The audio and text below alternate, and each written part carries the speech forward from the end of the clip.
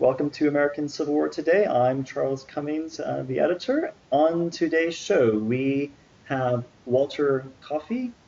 Walter was born in Joliet, Illinois, and graduated from both Joliet Junior College and Loyola University of Chicago. He has written several works of historical fiction and nonfiction, and his work has earned critical praise from the Quincy Writers Guild and Forward Magazine. He is also a member of the Houston Civil War Roundtable, who has been honored by the Sons of Confederate Veterans. Welcome to the show today, Walter. Thank you very much. You have published or you have written several books, including on the American Civil War. Can you talk a little bit about your past and how you got involved in the American Civil War? Sure. Actually, I've been interested in the Civil War for about 20 years now. I think what really captured my interest was watching Ken Burns' series on the Civil War. I was never really into history in high school or college, but when I saw that documentary, it really resonated with me. And ever since then, I've just been really enamored of the conflict. I've been studying as much as I can. I've been taking extensive notes on pretty much everything I can read, reading anything I can get my hands on. And so I've got a lot of notes compiled, and from that I decided to start writing about it.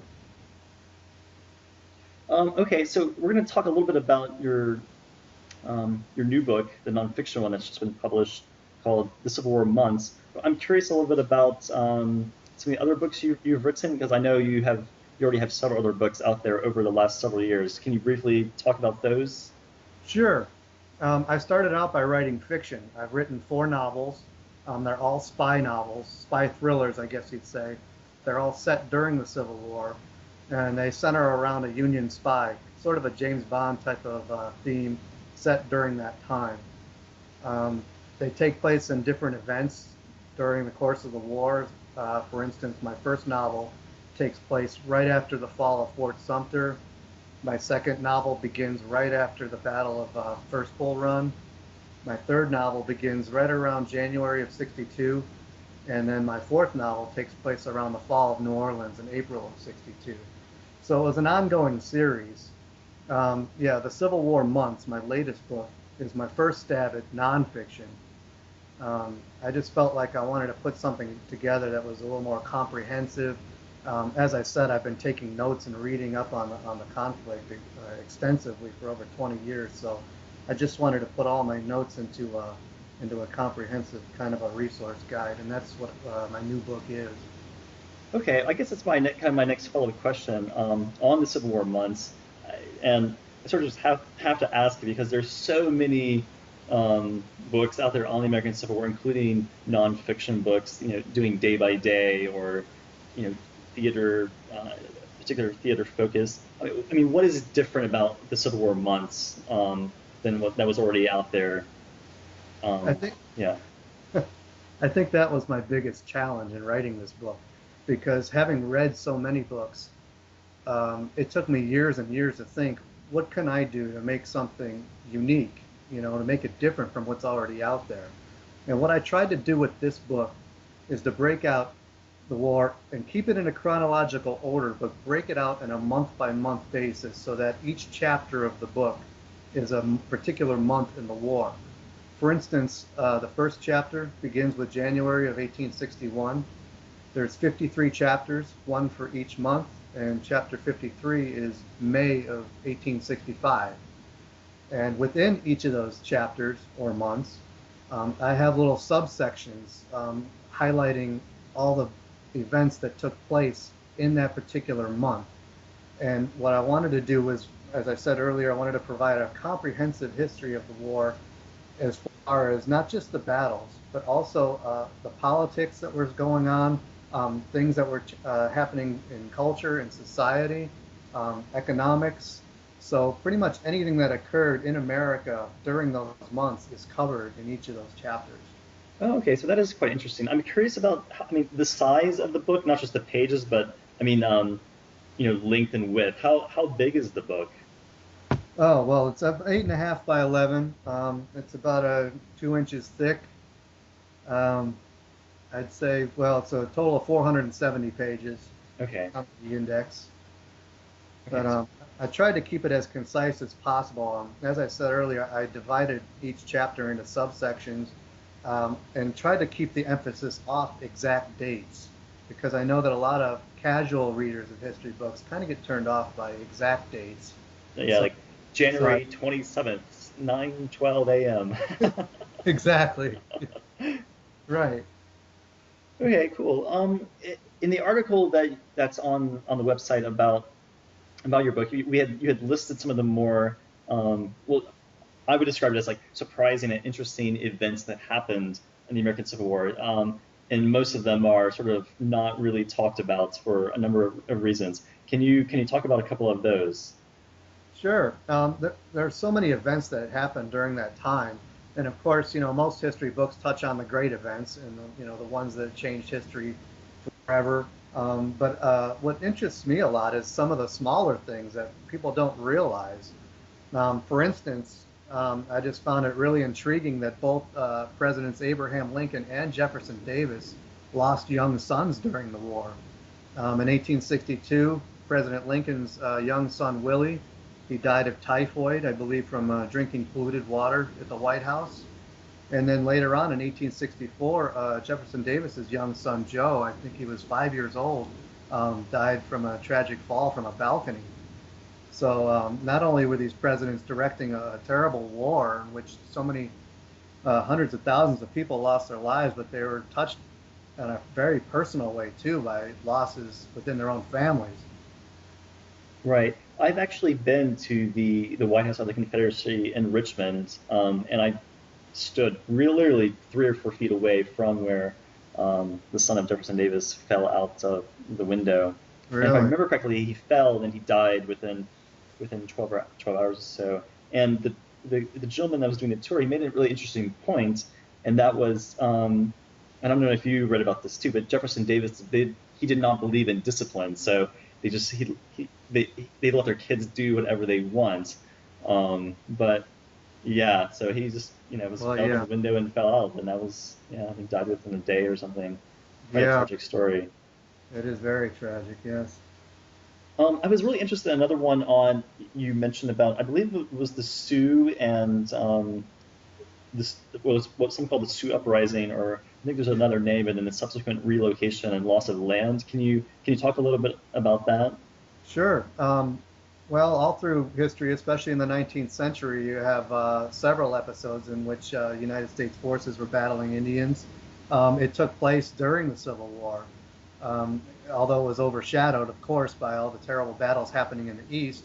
But in the West, in Minnesota, in 1862, the Dakota Sioux Indians had an uprising around August and September of 62 in which they started attacking American settlers I guess, revenge over some treaty obligations that the United States government didn't fulfill. So that was going on while Indians were kind of rampaging through settlements, and settlers were forced to take refuge within Army forts along the Minnesota River there. It actually kind of ties in to the Battle of Second Bull Run because that turned out to be a Or tremendous. second Manassas, as other Yeah, our people, second yeah, Manassas, I guess, yeah, depending on just north or south. right. Where that was a big Union defeat, and one of the consequences of that defeat was that Abraham Lincoln transferred the commander of the army, John Pope, to the West to suppress that Sioux uprising. So he ended up becoming the commander that put down the Sioux Indian uprising in Minnesota, and eventually, when they captured a lot of them that did rise up against the United States government, there was a mass execution in December of 1862, which is actually the largest mass execution in American history, which I think a lot of history books don't touch upon. I believe, I want to say it was about 269 Indians were executed in one day. Wow. How are they killed? They were killed by hanging. It was just a mass Okay. hanging. Wow. Yeah. Okay. And then they had a mass burial right outside the army fort there.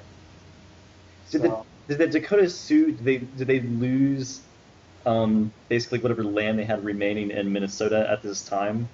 Yes, they did. Actually, early 63, I believe Congress passed legislation expelling the Sioux from Minnesota, and the wars did continue as the Civil War went on. And I believe I touch upon it in my book. Certain months there were battles taking place. Most of them after 1863 took place in the Dakota Territory, which is present-day South Dakota, and also Nebraska. And then, of course, they continued on after the war and became the Plains Indian Wars that gained a lot of fame.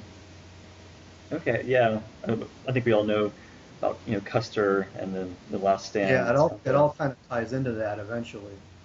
Okay, so this is interesting. So basically, your book, The Civil War Months, nonfiction, it's kind of expanding, you could say, the topics normally covered.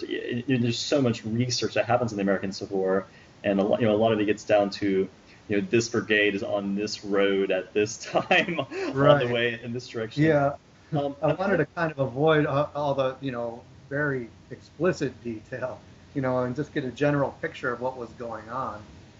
And as I said, I wanted to keep a chronological perspective. So by explaining that in September of 1862, the Sioux Indians are uprising in Minnesota at the same time, the Battle of Antietam is taking place. right. Wow. Kind of Yeah. puts it in perspective. Did you run across anything that surprised you economically? I'm either in the North or South. I know that obviously the South had rampant inflation toward the end there, but as far as the North went, how the economic situation was, or anything like that. Yeah, well, it kind of surprised me was that the North experienced quite a bit of inflation as well. A lot of my study had to do with learning about economics for one thing, and then trying to figure out exactly, the minutia of what was going on. America was basically on a gold standard as far as monetary policy before the war began, but then they needed money to fund the war is when they first started issuing what was called greenbacks at the time, which we know now as paper money. So the first real paper money that wasn't backed by gold or silver was being issued at that time. And then, of course, it was also issued in the South, and being as the South was much worse off economically, inflation skyrocketed much quicker there. But it went up pretty high in the North as well. So there was hardships on both sides. Right, right. Okay. So what are your future plans? So I know you said you've now written 4 spy novels and now this piece of nonfiction. Yeah. So what are your plans for the future? Well, I have a lot of ideas. It's just a matter of putting them down on paper. um, Okay. I'd like to recreate or revisit my spy series at some point, but then another part of me wants to continue on with this because um, I feel like there's so much more story to be told. Also, especially after the war, I've been reading a lot more about Reconstruction, which is an era that really isn't covered as extensively as the war itself is. So I'm kind of leaning towards probably doing a sequel and covering the years of Reconstruction. So that might be my next project. Yeah, that's a good point. That's definitely true. I think that people we really get sucked in that 1861 to 1865 period, and it's easy to kind of miss what happened the 10 years before and really the 10 years after. Of course, eventually Ulysses S. Grant would become president and had a kind of mixed bag as a Yeah, president. yes, Yeah. exactly. His legacy changed a bit when he became president, which as I say, as I'm reading about it and studying it now, it's rather intriguing about how the heroes of the war kind of, you know, changed in some ways after the war. In the Because they were around, Sherman, oh yeah, those guys. I mean, they were the military, the career military ones. They were, they were around, including John Pope. Actually, I think he was also out in some Indian Native American fights out west after World War II. yes, he So was. He was also, I believe, military governor of Virginia during the occupation after the war, I believe, briefly. I'm sure the But Virginians love that. yeah, yes, yeah, I know Okay. it was very popular in Virginia, I'm sure. Yeah, yeah.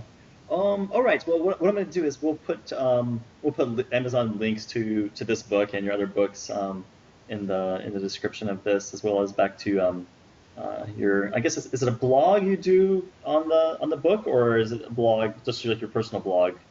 I do have a blog for the book, yes. Okay. waltercoffey.authorexpress.com. Okay. We'll link back to that. Yeah, In the but description. you can get to it on my website. I invite anyone who wants to learn anything more about my work or my books. I'm at waltercoffey.com. Okay. Cool. And for you those that are listening to the show, if you want to kind of easily follow along to what American Civil War Today is doing as far as content promotion and articles, you can go to the sign up on the Facebook group and just like it, and you can easily follow along there. So Walter, yeah, thanks for coming on the show. You're welcome back to come on in the future when have your next your next work is published. Well, thank you very much for having me. I appreciate it. Okay, so we'll see you next time.